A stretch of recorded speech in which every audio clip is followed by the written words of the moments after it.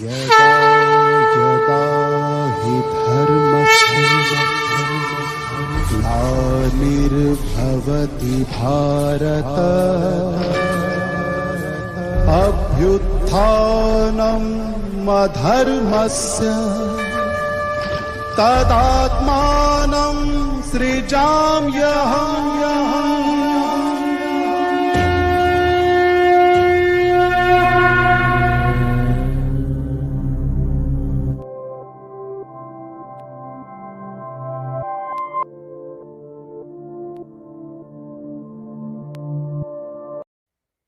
आजिर मुरली आधारित प्रश्नोत्तर कार्यक्रम रे आम गहन उपस्थित अच्छा आदरणीय पार्वती भौणी भौणी ओम शांति। ओम शांति। आज 28/12/2021 महावाक्य बाबा कहते मिठे बच्चे अभ्यास कर जे मु आत्मा अटे मु आत्मा अटे शरीर स्मृति को त्याग कर बास शिव बाबा सहित जोगयुक्त होई मते घर को जीवाकू हबो। बाबाजी मने पकई दौरान आम घर को जीवा आम समस्त लक्ष्य वर्तमान आम आमर से अविनाशी घर परमानेंट घर आत्मार घर जो आत्मार पिता परमात्मा अच्छा आम समस्ते से घर को जीवा। तेणु घर को जीवाई आमर पोशाक पिंधा दरकार। तेणु घर को जीवार पोशाक हूँ अशरीरी भाव। तेणु बाबा कहते मु आत्मा मु आत्मा मु आत्मा देहरु अलगा आम बारंबार अभ्यास करवा। आम प्रत्येक कर्म धंदा कला बेले मु आत्मा मु हाथ द्वारा ये कार्य करुच्ची। मु आत्मा परमात्मा को संतान परमात्मा मो साथी अच्छा परमात्मा शक्ति मु ये कार्य करी निश्चित रूपे सफल पाइबी ये मु आत्मा जहाँ को देखा ये भी मोर गोटे आत्मा भाई। अति कम रे दिन को 50 जन को अभ्यास करवा ये जड़े आत्मा भाई 50 जन 100 जन को जब आम अभ्यास करवा ताले अति कम रे ताले आमर ये निरंतर अभ्यास हो। आज प्रश्न अच्छी शिव बाबा क्यों पिला मानक प्रति बहुत बहुत दया आसुछि। उत्तर जो पिला माने निजर मूल्यवान समय को व्यर्थरे हराई दौछंती बाबांकर संतान होई मध्य बाबांकर सेवा करुनाहांती सेमानंको उपरे बाबा को बहुत बहुत दया आसुछि। बाबा कहउछंती जदि मोर संतान होइच तेबे प्रथम श्रेणी रे उत्तीर्ण होई देखाओ जो सब ज्ञानरत्न मिलुछि ताको दान कर। बाबाजी पिला मानंको उपरे तरस पड़ुचंती अर्थात पिला माने केमिति भाग्यशाली हेबे बाबांकर सेही चिंता अछि। तेणु बाबा कहते पिला माने समय आउ नष्ट कर ना समय ठारू मूल्यवान आउ किछि नाही। समय हूँ यूनिक एनर्जी दिन को 24 घंटा ये केबे 25 घंटा भी हम ना।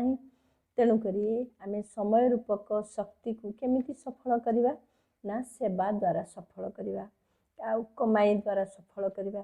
तेणु आम जदि याद करवा जोग करवा सेवा करवा ताहले आमर ये समय रूपक संपत्ति सफल होबो। तेणु सेवा जदि न करिबा ताहले आमर ये ज्ञान मध्य धारणा हब नाही आउ आमे मध्य जोग करि परिबा नाही। तेणु बाबा कहउचंदी समय नष्ट कर नाही सेवा कर निज समान अन्य मानकु तैयारी कर एवं परमात्मा का परिचय समस्त को दियो। कही थांती ना निजे मले दुनिया मरीगला शिव बाबा को याद करी करी निज घर को जीवाकू हब। सबुबले एही अवस्था को स्थायी रखिबारे ही मेहनत रही।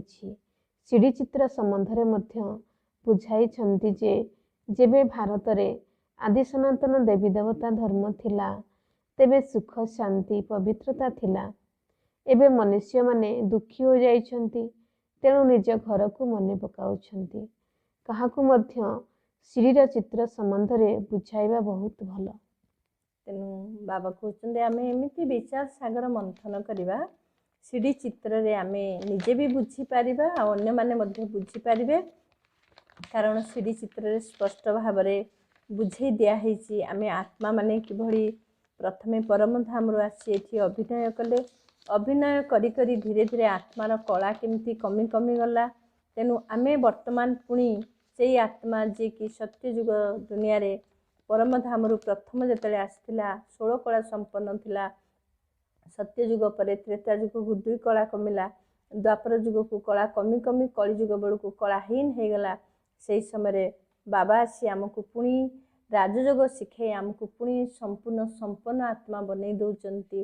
ତେଣୁ ଆମେ ଯଦି ୟାକୁ ବୁଝିବା ତାହେଲେ ଆମେ ଯେମିତି ନିଜକୁ ସମ୍ପୂର୍ଣ୍ଣ ସମ୍ପନ୍ନ ବନେଇବା ପାଇଁ ଆମେ ପୁରୁଷାର୍ଥ କରୁଛନ୍ତି, ରାଜଯୋଗର ଅଭ୍ୟାସ କରୁଛନ୍ତି, ଆମେ ନିଜ ଜୀବନକୁ ସୁଖମୟ ବନାଉଛନ୍ତି, ପବିତ୍ରମୟ ବନାଉଛନ୍ତି। ସେଇଭଳି ଅନ୍ୟମାନଙ୍କ ଜୀବନ ମଧ୍ୟ ଏମିତି ସୁଖ ଶାନ୍ତିମୟ ହେବା ପାଇଁ ଆମେ ସେବା କରିପାରିବା, ଆମକୁ ଖୁସି ମଧ୍ୟ ମିଳିବ।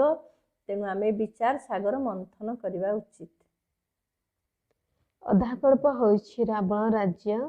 ପଛରେ ଯେଉଁମାନେ ଆସନ୍ତି ସେମାନେ ଏହି ଜ୍ଞାନକୁ ଧାରଣ ହିଁ କରିବେ ନାହିଁ। ଯେଉଁମାନେ ସତ୍ୟଯୁଗ ଓ ତ୍ରେତା ଯୁଗରେ ଆସନ୍ତି ସେଇମାନେ ହିଁ ଧାରଣ କରିବେ। ଯେଉଁମାନଙ୍କର ସତ୍ୟଯୁଗ ତ୍ରେତାରେ ଆସିବାର ହିଁ ନାହିଁ ସେମାନେ ଏହି ଜ୍ଞାନ ଧାରଣ ମଧ୍ୟ କରିବେ ନାହିଁ। ଏବେ ଭାରତର ଜନସଂଖ୍ୟା ଦେଖ କେତେ ହୋଇଯାଇଛି। ତେଣୁ ବାବା କହୁଛନ୍ତି ଏଇ ସୃଷ୍ଟି ଯାହାକୁ ସମାନ କରିଦେଉଛନ୍ତି। ପ୍ରକୃତରେ ଏଠାରେ 2 ପ୍ରକାର ରାଜ୍ୟ ଅଛି, ଗୋଟେ ହେଉଛି ରାମ ରାଜ୍ୟ ଆଉ ଗୋଟେ ରାବଣ ରାଜ୍ୟ। ଯେମିତି ଦିନ ଆଉ ରାତି ରହିଛି ଠିକ୍ ସେଇଭଳି ସତ୍ୟଯୁଗ ତ୍ରେତା ଯୁଗ ହେଉଛି ରାମ ରାଜ୍ୟ, ସୁଖର ଦୁନିଆ ଆଉ ପବିତ୍ର ଦୁନିଆ, ଆଉ ଦ୍ୱାପର ଯୁଗ କଳିଯୁଗ ହେଉଛି ଦୁଃଖ ଦୁନିଆ, ଦୁଃଖ ଧାମ କୁହାଯାଉଛି। ଇଏ ହେଉଛି ଅପବିତ୍ର ଦୁନିଆ, ପତି ଦୁନିଆ। ତେଣୁ ରାମ ରାଜ୍ୟରେ ସମସ୍ତେ ସୁଖ ଶାନ୍ତିରେ ଥାଆନ୍ତି, ରାବଣ ରାଜ୍ୟରେ ସମସ୍ତେ ଦୁଃଖ ଶାନ୍ତିରେ କାଳ ବିତାନ୍ତି ଏବଂ ରାମ ରାଜ୍ୟରେ ସମସ୍ତେ ଶ୍ରେଷ୍ଠାଚାରୀ ଥାଆନ୍ତି, ରାବଣ ରାଜ୍ୟରେ ସମସ୍ତେ ଭ୍ରଷ୍ଟାଚାରୀ ହେଇଯାଆନ୍ତି। ତେଣୁ ଯେଉଁମାନେ ରାମ ରାଜ୍ୟର ଆତ୍ମା, ସେଇ ଆତ୍ମା ମାନେ କେବଳ ବର୍ତ୍ତମାନ ଏଇ ଜ୍ଞାନକୁ ଶୁଣି ଗ୍ରହଣ କରିବେ, ବିଶ୍ୱାସ କରିବେ ଏବଂ ପରମାତ୍ମାଙ୍କ ଶ୍ରୀମତ ଅନୁସାରେ ପୁରୁଷାର୍ଥ କରିବେ। ଯେଉଁମାନେ ସତ୍ୟ ତ୍ରେତା ଯୁଗରେ ଅଭିନୟ କରି ନାହାନ୍ତି ସେମାନଙ୍କୁ ଏଇ ଜ୍ଞାନ ଶୁଣିଲେ ମଧ୍ୟ ଖୁସି ଆସିବ ନାହିଁ କିମ୍ବା ବିଶ୍ୱାସ ଆସିବ ନାହିଁ, ଆଉ ସେମାନେ ଧାରଣ ମଧ୍ୟ କରିବେ ନାହିଁ। ରାଜତ୍ୱ ପଦର ଅଧିକାରୀ ଆତ୍ମାମାନେ ପାଠ ଭଲ ପଢ଼ିବେ, କାହାର କଲ୍ୟାଣ କରିବା ପାଇଁ ସଉକ ରହିବା ଦରକାର, କିନ୍ତୁ ଭାଗ୍ୟରେ ହିଁ ନାହିଁ। ତେଣୁ ପୁରୁଷାର୍ଥ ହିଁ କରୁନାହାନ୍ତି। ଯଦି ଧାରଣା କରିଚାଲିବେ ତେବେ ସେବାରେ ମଧ୍ୟ ବାବା ପଠାଇବେ। ଯେଉଁମାନଙ୍କର ସେବାର ସଉକ ରହିଛି ସେମାନେ ତ ଦିନରାତି ସେବା କରିଥାନ୍ତି। ଯଦି ସିଡ଼ି ଚିତ୍ରର ରହସ୍ୟକୁ କେହି ବୁଝିଯିବେ ତେବେ ଖୁସିର ପାରଦ ଚଢ଼ିଯିବ। ତେଣୁ ବାବା କହିଲେ ସେବା, ଯେଉଁମାନେ ସେବା କରିବେ ସେମାନେ ହିଁ ଉଚ୍ଚ ପଦ ପାଇବେ, ଆଉ ସେବାର ସଉକ ଯାହାର ଥିବ ସିଏ ହିଁ ସେବା କରିପାରନ୍ତି। ଆଉ ସେଇଭଳି ସେବାଧାରୀ ପିଲାମାନଙ୍କୁ ଅନ୍ୟମାନେ ମଧ୍ୟ ଡାକିଥାନ୍ତି, ସେମାନଙ୍କୁ ସେବାର ଅଫର ମଧ୍ୟ ମିଳେ। ଆଉ ବାବା ବି ସେମାନଙ୍କୁ ସାହାଯ୍ୟ ମଧ୍ୟ କରନ୍ତି, କାରଣ ତାଙ୍କର ସେବାର ସଉକ ରହିଥାଏ। ଅର୍ଥାତ୍ ଭଗବାନଙ୍କୁ କେମିତି ପ୍ରତ୍ୟକ୍ଷ କରିବେ, ପରମାତ୍ମାଙ୍କ ପ୍ରତ୍ୟକ୍ଷତା ପାଇଁ ସେବା କରିଥାନ୍ତି। ସେମାନେ କେବେ ଦେଖାଉଆ ସେବା କରନ୍ତି ନାହିଁ। ତେଣୁ ଆମେ ସେବା କରିବା ପାଇଁ ଆଗ୍ରହ ସଉକ ରହିବା ଦରକାର। ସେବା ନ କଲେ ଉଚ୍ଚ ପଦ ମଧ୍ୟ ମିଳିବ ନାହିଁ। ତେଣୁ ସତ୍ୟ ଯୁଗରେ ଶ୍ରେଷ୍ଠ ପଦର ଅଧିକାରୀ ହେବା ପାଇଁ ଆମ ପାଖରେ ସେବାର ସଉକ ରହିବା ଦରକାର। ସମସ୍ତଙ୍କର ଦୁର୍ଗତି ହେଲାଣି, ସେଥିପାଇଁ ତ ବାବା ଆସି ସଦ୍ଗତି କରୁଛନ୍ତି। ଯଦିଓ ଏଥିରେ କେହି ଆତ୍ମା ଭଲ ଅଥବା ଖରାପ ମଧ୍ୟ ହୋଇଥାନ୍ତି। ଧାର୍ମିକ ଲୋକେ ଏତେ ପାପକର୍ମ କରିନଥାନ୍ତି। ବେଶ୍ୟା ଆଦି ବହୁତ ପାପକର୍ମ କରିଥାନ୍ତି। ଏହା ହେଉଛି ବେଶ୍ୟାଳୟ, ସତ୍ୟଯୁଗ ହେଉଛି ଶିବାଳୟ। ଏହାର ସ୍ଥାପନା ଶିବ ବାବା କରୁଛନ୍ତି। ତେଣୁ ବର୍ତ୍ତମାନ ଏଇ ଦୁନିଆରେ କେତେ ପାପାଚାର ଭ୍ରଷ୍ଟାଚାର ଦେଖିକି ମଧ୍ୟ ଆମକୁ ସାକ୍ଷୀ ଭାବ ଧାରଣ କରିବାର ଅଛି, କାହାକୁ ଘୃଣା ଭାବରେ ଆମର ଦେଖିବାର ନାହିଁ। କାରଣ ଏଇ ଦୁନିଆ ତ ବର୍ତ୍ତମାନ ପତି ଦୁନିଆ। ଏଇ ଦୁନିଆରେ ସମସ୍ତେ ପାପ ହିଁ କରୁଛନ୍ତି, ପାପାତ୍ମା ମାନଙ୍କର ଦୁନିଆ। ତେଣୁ ପାପାତ୍ମା ମାନଙ୍କ ଦୁନିଆରେ ସମସ୍ତେ କ'ଣ ବା କରିବେ? ତେଣୁ ଏଇ ଦୁନିଆକୁ ବେଶ୍ୟାଳୟ କୁହାଯାଉଛି। ତେଣୁ ପରମାତ୍ମା ଏଇ ବେଶ୍ୟାଳୟ ଦୁନିଆରେ ହିଁ ଆସୁଛନ୍ତି। ଆଉ ପରମାତ୍ମା ଆସି ବୃଦ୍ଧ ମାନବ ତନରେ ପ୍ରବେଶ କରି ବ୍ରହ୍ମାଙ୍କ ଶରୀରରେ ପ୍ରବେଶ କରି ସିଏ ଶିବାଳୟ ଦୁନିଆର ନିର୍ମାଣ କରୁଛନ୍ତି। ତେଣୁ ବର୍ତ୍ତମାନ ଆମେ ସମସ୍ତେ ସେ ଶିବାଳୟ ଦୁନିଆର ନିର୍ମାଣ କାର୍ଯ୍ୟରେ ଆମେ ସମସ୍ତେ ଆମର ତନ ମନ ଧନ ସବୁ ଆମେ ସଫଳ କରିବା ଉଚିତ। ଆମ ସମୟ ସଂକଳ୍ପ ଶ୍ୱାସ ଏଇ ନବନିର୍ମାଣ ପାଇଁ ଆମେ ସଫଳ କରିବା ଉଚିତ। ଶିଡ଼ିର ଚିତ୍ରକୁ ଦେଖିବା ଦ୍ୱାରା ସାରା 84 ଜନ୍ମର ଚକ୍ର ବୁଦ୍ଧିରେ ଆସିଯାଇଥାଏ। କିନ୍ତୁ ତୁମର ହୃଦୟ ବହୁତ ଶୁଦ୍ଧ ହେବା ଦରକାର। ଯଦି ଶିବ ବାବାଙ୍କ ସହିତ ଯୋଗ ଲାଗିବ ତେବେ ଯାଇ ନିଶା ଚଢ଼ିବ ଏବଂ ପଦ ମଧ୍ୟ ପାଇପାରିବ। ଏହିପରି କହିବା ଉଚିତ ନୁହେଁ ଯେ ଯାହା ମିଳିବ ଭାଗ୍ୟରେ ଯାହା ଥିବ, ତେଣୁ ସେବାର ସଉକ ରଖିବା ଆବଶ୍ୟକ। ଏହି ଶରୀର ଉପରେ ତ କୌଣସି ଭରସା ନାହିଁ। ଆଗକୁ ଗଲେ ପ୍ରାକୃତିକ ବିପର୍ଯ୍ୟୟ ମଧ୍ୟ ଜୋରରେ ଆସିବ, ପୁଣି ତୁମେ ଖାଲି ହାତରେ ଯିବ। ତେଣୁ ବାବା ମନେ ପକାଇ ଦେଉଛନ୍ତି ଆମେ କେମିତି ସୌଭାଗ୍ୟଶାଳୀ ହେବା, ଆମେ ହାତ ଭର୍ତ୍ତି କରିକି ଯିବା। ଆମେ ଯେତେବେଳେ ଘରକୁ ଯିବା ଆମର ବୁଦ୍ଧି ରୂପକ ଝୋଲିରେ ସବୁ ଖଜାନା କେମିତି ଭରପୁର ହେବ। ଜ୍ଞାନର ଖଜାନା ଭରପୁର ହେବା ଦରକାର, ଦୁଆଉଙ୍କା ଖଜାନା ଭରପୁର ହେବା ଦରକାର, ଖୁସିର ଖଜାନା ଭରପୁର ହେବା ଦରକାର। ତେଣୁ ଆମେ ଯଦି ସେବା ନ କରିବା ତାହେଲେ ଆମର ଖଜାନା ଆମେ କେମିତି ଭରପୁର କରିବା। ତେଣୁ ଆମେ କିଛି ବି ହଉ ଆମେ ସେବା ଯୋଗ୍ୟ ଆତ୍ମା ହେଇପାରିବା। କିଏ କ'ଣ ବି କରୁ ଆମକୁ ସେବା କରି ଆମ ସମୟକୁ ସଫଳ କରିବାର ଅଛି। ଜ୍ଞାନ ଧନ ଦାନ କଲେ ଧନ ସରେ ନାହିଁ, ସେଥିପାଇଁ ମେହନତ କରିବାକୁ ହବ। ବାବା ତ ବୁଝାଉଛନ୍ତି ତୁମକୁ 21 ଜନ୍ମ ପାଇଁ ନିଜ ପାଦରେ ଛିଡ଼ା ହେବାକୁ ପଡ଼ିବ। ସେଥିପାଇଁ ଭଲ ଭାବରେ ପୁରୁଷାର୍ଥ କରିଚାଲ। ବର୍ତ୍ତମାନ ହିଁ ପୁରୁଷାର୍ଥର ସମୟ ଅଟେ। ଦୁନିଆରେ କେହି ଜାଣିନାହାନ୍ତି ଯେ 21 ଜନ୍ମ ପାଇଁ ରାଜତ୍ୱ କିପରି ମିଳିଥାଏ। ତୁମେ ଏହି ସିଡ଼ି ଚିତ୍ର ଉପରେ ବହୁତ ଭଲ ଭାବରେ ବୁଝାଇ ପାରିବ କିପରି 84 ଜନ୍ମ ଅଟେ। ଉପରେ ଲେଖାଯାଇଛି ମଧ୍ୟ ଶିବ ଭଗବାନ ଉବାଚ। ତେଣୁ ଆମକୁ ବର୍ତ୍ତମାନ ଏଇ 84 ଜନ୍ମର କାହାଣୀକୁ ବୁଝି ଆମେ ସମୟକୁ ସଫଳ କରିବା। ସମୟ ହେଉଛି ପୁରୁଷାର୍ଥ କରିବାର ସମୟ। ତେଣୁ ଆମେ କ'ଣ ପୁରୁଷାର୍ଥ କରିବା ନା ବର୍ତ୍ତମାନ ପ୍ରତ୍ୟେକ ମନୁଷ୍ୟ ଆତ୍ମାକୁ ନରରୁ ନାରାୟଣ ବନେଇବାର ସେବା କରିବା। ତେଣୁ ସମସ୍ତେ ଯଦି ପରମାତ୍ମାଙ୍କ ପରିଚୟ ନ ଜାଣିବେ, ସୃଷ୍ଟିର ଆଦି ମଧ୍ୟ ଅନ୍ତର ରହସ୍ୟ ନ ଜାଣିବେ, କର୍ମର ଗୁହ୍ୟ ଗତିର ରହସ୍ୟ ନ ଜାଣିବେ, ସମୟର ମହତ୍ଵ ନ ଜାଣିବେ, ସମସ୍ତେ କାହିଁକି ପୁରୁଷାର୍ଥ କରିବେ। ତେଣୁ ଆମେ ସମସ୍ତଙ୍କୁ ଏଇ ଶୁଭ ସନ୍ଦେଶ ସମସ୍ତଙ୍କୁ ଦେବା ଆଉ ସମସ୍ତେ ଯୋଗୀ ହୁଅନ୍ତୁ, ସମସ୍ତେ ଆତ୍ମା ଅନୁଭବ କରନ୍ତୁ। ଯେଉଁମାନଙ୍କୁ ବୁଝାଉଛନ୍ତି ସେମାନେ ପୁଣି ଅନ୍ୟମାନଙ୍କୁ ମଧ୍ୟ ବୁଝାଇବେ ଯେ ପିଲାମାନେ ତୁମକୁ ଏବେ ଅସରନ୍ତି ସମ୍ପତ୍ତି ମିଳୁଛି, ତେଣୁ ତୁମକୁ ସମ୍ପତ୍ତି ନେବା ଦରକାର। ତୁମେ ଉଚ୍ଚପଦ ପାଇବା ଉଚିତ। ଏହା ହେଉଛି ପ୍ରବୃତ୍ତି ମାର୍ଗର ଜ୍ଞାନ। ଗୋଟିଏ ଘରେ ଜଣେ ସଦସ୍ୟ ଜ୍ଞାନ ଗ୍ରହଣ କରୁଛନ୍ତି, ଆଉ ଜଣେ ଗ୍ରହଣ କରୁନାହାନ୍ତି। କଳି ଝଗଡ଼ା ତ ହେବ ନା। ବର୍ତ୍ତମାନ କଲମୀ ହେଉଛି। ଆମେ ପୂଜ୍ୟରୁ ପୂଜାରୀ କିପରି ହେଲୁ, ଏହି ରହସ୍ୟ ବହୁତ ବୁଝିବାର ଅଟେ। ଯିଏ ସବୁଠାରୁ ଅଧିକ ପୂଜ୍ୟ ପବିତ୍ର ହେଉଛନ୍ତି ସିଏ ହିଁ ସବୁଠାରୁ ଅଧିକ ପତିତ ହେଉଛନ୍ତି। ଏହାଙ୍କର ବହୁତ ଜନ୍ମର ଅନ୍ତରେ ହିଁ ବାବା ପ୍ରବେଶ କରିଛନ୍ତି। ତେଣୁ ବାବା କହୁଛନ୍ତି ଆମେ ଯେଉଁ ଆତ୍ମା ମାନେ ପ୍ରଥମରୁ ଆସିଲେ ସୃଷ୍ଟିକୁ, ସେମାନେ ପ୍ରଥମେ ପତିତ ହେଇଗଲେ। ଉଦାହରଣ ସ୍ୱରୂପ ବ୍ରହ୍ମା ବାବା ଶ୍ରୀକୃଷ୍ଣ ରୂପରେ ପ୍ରଥମେ ସୃଷ୍ଟିକୁ ଆସିଲେ। ସିଏ ମଧ୍ୟ ସବୁଠାରୁ ଅଧିକ 84 ଜନ୍ମ ନେଇ ସିଏ ବି ପତିତ ହେଇଗଲେ। ତେଣୁ ବର୍ତ୍ତମାନ ଏଇ ଦୁନିଆରେ ଦୁଇ ପ୍ରକାରର ସନ୍ନ୍ୟାସ ବାବାକୁ ଦେଖାଉଛନ୍ତି, ଗୋଟେ ପ୍ରବୃତ୍ତି ମାର୍ଗର ସନ୍ନ୍ୟାସ ଆଉ ଗୋଟେ ନିବୃତ୍ତି ମାର୍ଗର। ତେଣୁ ପ୍ରବୃତ୍ତି ମାର୍ଗ ଆମେ ଯେଉଁମାନେ ଅଛନ୍ତି ଘର ଗୃହସ୍ଥରେ ରହି ପବିତ୍ର ରହୁଛନ୍ତି, ବାବା ସେମାନଙ୍କୁ ପ୍ରବୃତ୍ତି ମାର୍ଗର ସନ୍ନ୍ୟାସ ଧାରଣ କରିବା କଥା କହୁଛନ୍ତି। କିନ୍ତୁ ଯେଉଁମାନେ ସାଧୁ ସନ୍ନ୍ୟାସୀମାନେ ଘର ଦ୍ୱାର ତ୍ୟାଗ କରି ନିଜର ପରିବାରକୁ ମଧ୍ୟ ତ୍ୟାଗ କରି ଜଙ୍ଗଲରେ ଯାଇ ତପସ୍ୟା କରୁଛନ୍ତି, ତେଣୁ ସେମାନେ ନିବୃତ୍ତି ମାର୍ଗର ସନ୍ନ୍ୟାସ ଧାରଣ କଲେ। ତେଣୁ ସେମାନେ ମଧ୍ୟ କହିପାରିବେ ନାହିଁ ଯେ ସ୍ତ୍ରୀ ପୁରୁଷ ଏକାଠି ରହି ପବିତ୍ର ହେବା ପାଇଁ। ସେମାନେ କହିବି ପାରିବେ ନାହିଁ, ସେତିକି କହିପାରନ୍ତି ନାହିଁ। କାରଣ ସେମାନେ ଜାଣୁଛନ୍ତି ଏଇ ଜ୍ଞାନ ଠିକ୍, ବୁଝିଲା ପରେ ମଧ୍ୟ ସେମାନେ ସ୍ପଷ୍ଟୀକରଣ କରୁନାହାନ୍ତି। କାରଣ କାଳେ ସେମାନଙ୍କର ଶିଷ୍ୟମାନେ ସେମାନଙ୍କୁ ମାନିବେ ନାହିଁ, ସମ୍ମାନ ଦେବେ ନାହିଁ। ତେଣୁ ଅନ୍ତ ସମୟରେ ତ ଜଣାପଡ଼ିବ ପ୍ରକୃତରେ କୃଷ୍ଣ ଭଗବାନ ଉବାଚ ନା ବର୍ତ୍ତମାନ ପରମାତ୍ମା ଶିବ ଭଗବାନ ଉବାଚ। ପରମାତ୍ମା ଶିବ ଆସି ଜ୍ଞାନ ଶୁଣାଉଛନ୍ତି। ଏକଥା अंत समय तो जरूर जना पड़िजिବ। ଯଦି ସେମାନେ ଗୃହସ୍ଥ ବ୍ୟବହାରରେ ରହି କମଳ ଫୁଲ ସମାନ ରହିବେ, ତେବେ ତୁମେ ତୁମଠାରୁ ମଧ୍ୟ ତୀବ୍ର ଗତିରେ ଆଗକୁ ଯାଇପାରିବେ।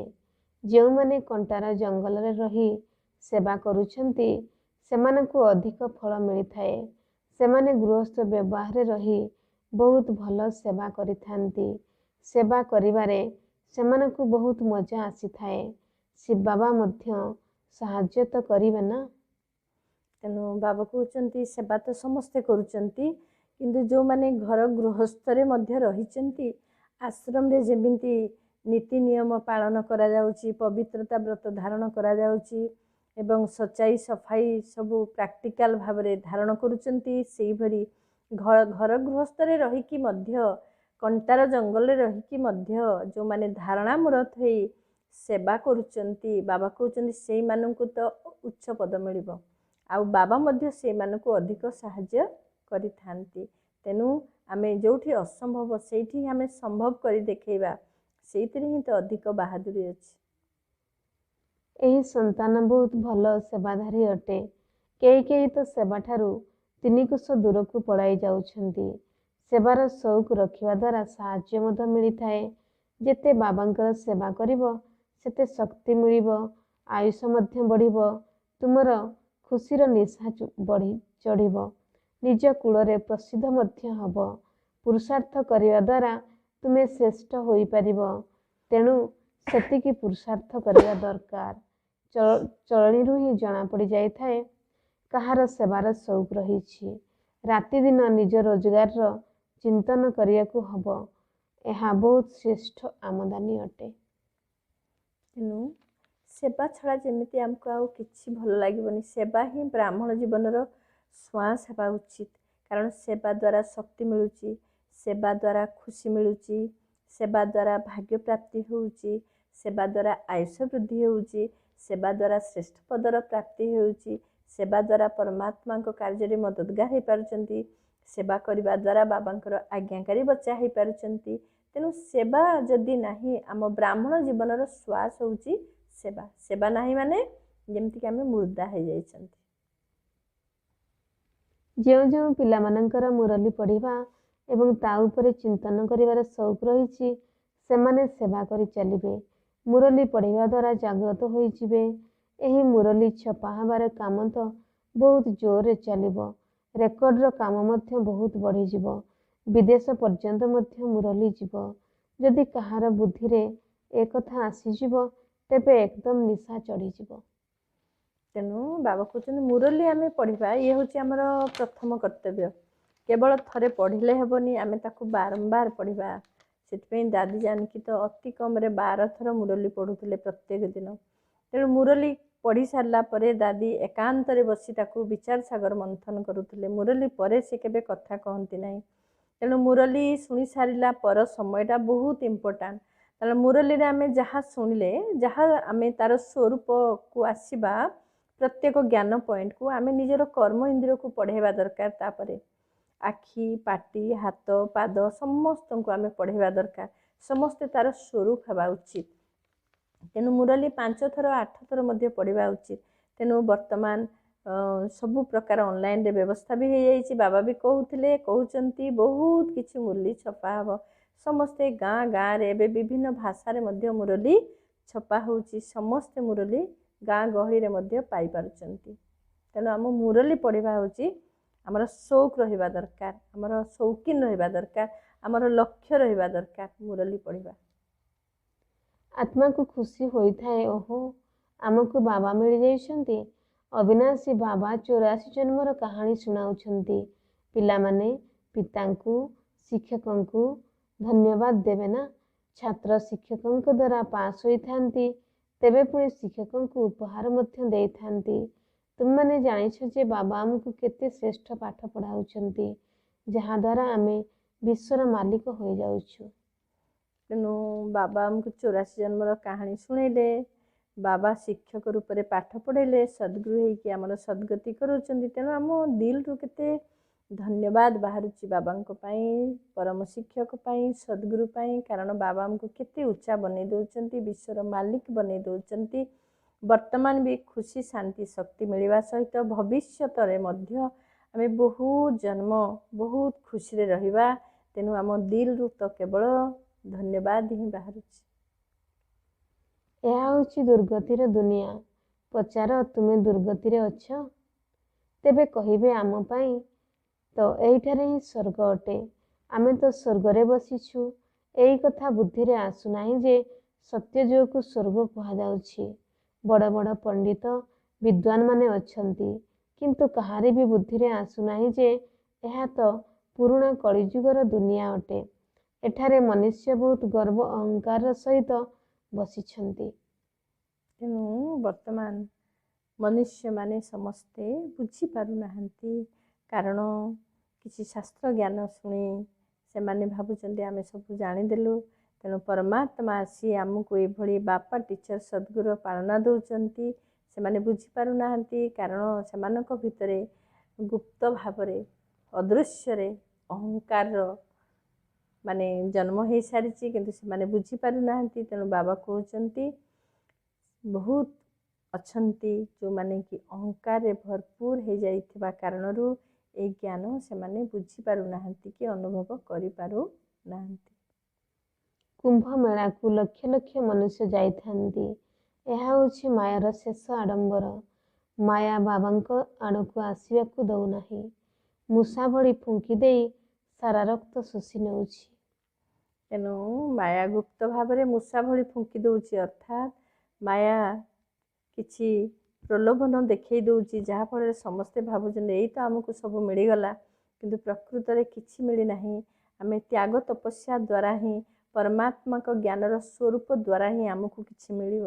କିନ୍ତୁ ସମସ୍ତେ ମାୟାଜିତ ହେବା ପାଇଁ ଆଉ ଟିକେ ଏଲର୍ଟ ଆଉ ଆକ୍ଟିଭ ହେବା ଦରକାର। ବାବାଙ୍କର ମହାବାକ୍ୟକୁ ବିଚାର ସାଗର ମନ୍ଥନ କରି ତାର ଗଭୀରତାକୁ ଯିବା ଉଚିତ। ଆଜିର ବରଦାନ ଅଛି, ଶାନ୍ତିର ଶକ୍ତି ଦ୍ୱାରା ନିଜର ବୁଦ୍ଧି ରୂପୀ ରେଜିଷ୍ଟରକୁ ପରିଷ୍କାର କରି ଲୋକପ୍ରିୟ ପ୍ରଭୁ ପ୍ରିୟ ହୁଅ। ଯେପରି ବିଜ୍ଞାନ ଏଭଳି ଉଦ୍ଭାବନ କରି ସାରିଲାଣି ଯାହାକି ସବୁ ପ୍ରକାରର ଲିଖିତ ବିଷୟମାନ ଗୋଟିଏ ସେକେଣ୍ଡରେ ଲିଭାଇ ଦେଇପାରିବ, ଟିକିଏ ବି ଜଣାପଡ଼ିବ ନାହିଁ। ସେହିଭଳି ତୁମେମାନେ ମଧ୍ୟ ନିଜର ବୁଦ୍ଧି ରୂପୀ ରେଜିଷ୍ଟରକୁ ପ୍ରତିଦିନ ସଫା କରିଦିଅ। ତେବେ ପ୍ରଭୁପ୍ରିୟ ବା ଲୋକପ୍ରିୟ ହୋଇଯିବ। ଯେହେତୁ ସତ୍ୟତା ଏବଂ ସ୍ୱଚ୍ଛତାକୁ ସମସ୍ତେ ପସନ୍ଦ କରିଥାନ୍ତି, ତେଣୁ ଗୋଟିଏ ଦିନର କରିଥିବା ସଂକଳ୍ପ ବା ବ୍ୟର୍ଥ କର୍ମର ଦାଗ ଆର ଦିନକୁ ନ ରହୁ। ବିତି ଯାଇଥିବା କଥାକୁ ବିନ୍ଦୁ ଲଗାଇ ଦିଅ, ତେବେ ରେଜିଷ୍ଟର ସଫା ହୋଇଯିବ ଏବଂ ସାହେବ ରାଜି ହୋଇଯିବେ। ତେଣୁ ଆମେ ବୁଦ୍ଧିକୁ ଆମେ ସ୍ୱଚ୍ଛ ପବିତ୍ର କରିବା ଉଚିତ। ତେଣୁ ବୁଦ୍ଧିକୁ ସ୍ୱଚ୍ଛ ପବିତ୍ର କରିବା ପାଇଁ ଆମେ କେଉଁ ଶକ୍ତି ଦରକାର ନା ଶାନ୍ତିର ଶକ୍ତି ଦରକାର। ତେଣୁ ଶାନ୍ତିର ଶକ୍ତି ଦ୍ୱାରା ହିଁ ଆମେ ବୁଦ୍ଧିକୁ ପବିତ୍ର କରିବା। କୌଣସି କାଲିର ବ୍ୟର୍ଥ କର୍ମ ବ୍ୟର୍ଥ ସଂକଳ୍ପକୁ ଆଜି ପର୍ଯ୍ୟନ୍ତ ତାର କିଛି ଲିଙ୍କ ରଖିବା ନାହିଁ। ଆଜି ଦିନକୁ ପୁଣି ନୂଆ ଭାବରେ ଆରମ୍ଭ କରିବା। କାଲିର ବ୍ୟର୍ଥର ଚିହ୍ନ ଆଜିର କାର୍ଯ୍ୟ ସଂକଳ୍ପରେ କିଛି ତାର ଆଣିବାନି ଲେନଦେନ। ତେଣୁ ଆମେ ଏଇଭଳି ଶାନ୍ତିର ଶକ୍ତି ଦ୍ୱାରା ଆମେ ଆମର ବୁଦ୍ଧିକୁ ଏଇଭଳି କ୍ଲିନ୍ ଆଉ କ୍ଲିୟର କରିପାରିବା। ସ୍ଲୋଗାନ, ନିଜେ ବ୍ୟର୍ଥ ସଂକଳ୍ପ କରିବା ବା ଅନ୍ୟର ବ୍ୟର୍ଥ ସଂକଳ୍ପ ଉତ୍ପନ୍ନ କରିବାରେ ନିମିତ୍ତ ହେବା ମଧ୍ୟ ଅପବିତ୍ରତା ଅଟେ। ତେଣୁ ଆମେ କେବଳ ବ୍ରହ୍ମଚର୍ଯ୍ୟ ବ୍ରତ ପାଳନ କରିଦେଲେ ପବିତ୍ର ସମ୍ପୂର୍ଣ୍ଣ ପବିତ୍ର ହେଇପାରିବା ନାହିଁ। ତେଣୁ ଆମ ଭିତରେ ଯଦି କିଛି ବ୍ୟର୍ଥ ବି ଚାଲୁଛି, କ'ଣ ପାଇଁ, କାହିଁକି, କେସେ, କୌନ ଏଭଳି ବ୍ୟର୍ଥ ସଂକଳ୍ପ ବି ଯଦି ଚାଲିବ, କାହିଁକି ହେଲା, ଏମିତି ହେଇନଥିଲେ କ'ଣ ହେଇନଥାନ୍ତା, ମୋ ଭାଗ୍ୟରେ କାହିଁକି ଏଭଳି ହେଲା, ଏଇଭଳି କିଛି ନା କିଛି ଆମେ ଯଦି ଖୁସି ହେଉନାହାନ୍ତି, ଫୁଲ୍ ଷ୍ଟପ୍ ଲଗାଉନାହାନ୍ତି, କ'ଣ ପାଇଁ, କାହିଁକି ଏଭଳି ବ୍ୟର୍ଥ ସଂକଳ୍ପ ଚଲେଇବା, ଇଏ ବି ଅପବିତ୍ରତା। ଆମର କର୍ମ ଦ୍ୱାରା ଯଦି ଆଉ ଜଣେ ମଧ୍ୟ ଖୁସି ଶାନ୍ତି ଅନୁଭବ ନ କରି ତାକୁ ଯଦି ଆମ କର୍ମ ଦ୍ୱାରା କାହାକୁ ଡିଷ୍ଟର୍ବ ଲାଗିଲା, ଆମେ କେଉଁଠି ବି କିଛି ବି କର୍ମ କଲେ ଯେଉଁଟାକି ଆଉ ଜଣଙ୍କୁ ବିଘ୍ନ ଆଣିଲା, ତାହେଲେ ୟା ଦ୍ୱାରା ମଧ୍ୟ ଅପବିତ୍ରତା ହେଇଥାଏ। ତେଣୁ ଆମେ ସେତିକି ସାବଧାନ ହେବା, ନିଜେ ବି ବ୍ୟର୍ଥ ଚଲେଇବା ନାହିଁ କି ମୁଁ କାହାର ବ୍ୟର୍ଥ ଚଲେଇବାର ନିମିତ୍ତ ହେବି ନାହିଁ। ଆଜିର ମୁରଲୀକୁ ବହୁତ ସୁନ୍ଦର ଭାବରେ ସ୍ପଷ୍ଟୀକରଣ କରିଥିବାରୁ ଭଉଣୀକୁ ଆମେ ବହୁତ ବହୁତ ଧନ୍ୟବାଦ ଜ୍ଞାପନ କରି आजिर कार्यक्रम को आम ये रखुचु। पुणी देखा आगामी अध्याय रहुचु। ओम शांति।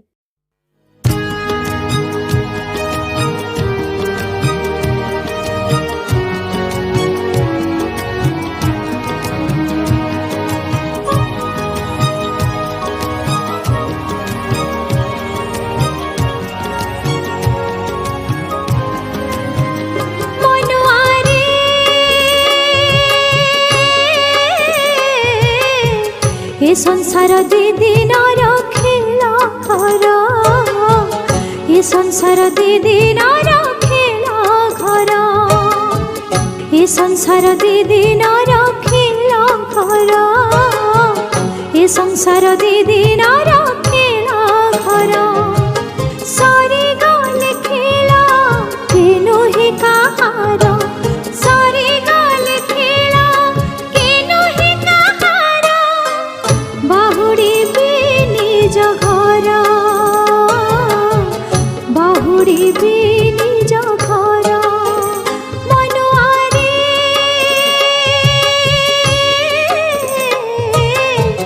ये संसार दी दिनर खेला घर, ये संसार दी दिनर खेला घर।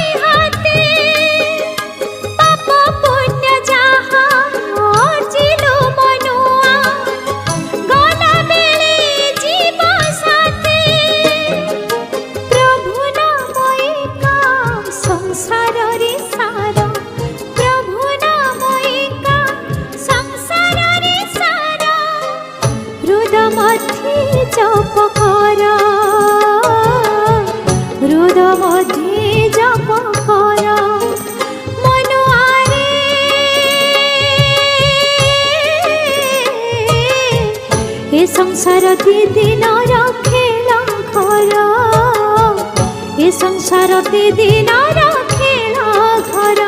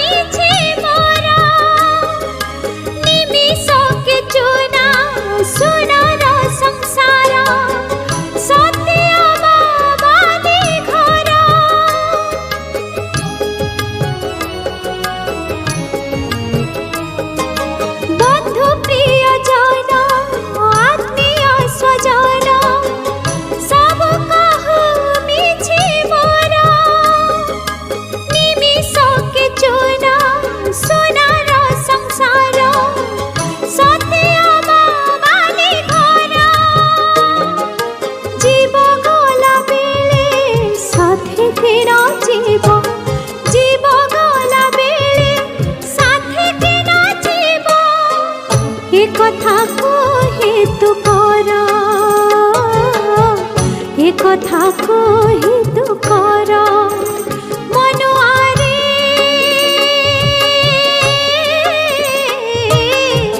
এ সংসার দিদিনর খেলা ঘর, এ সংসার দিদিনর খেলা ঘর, এ সংসার দিদিনর খেলা ঘর, এ সংসার দিদিনর খেলা ঘর।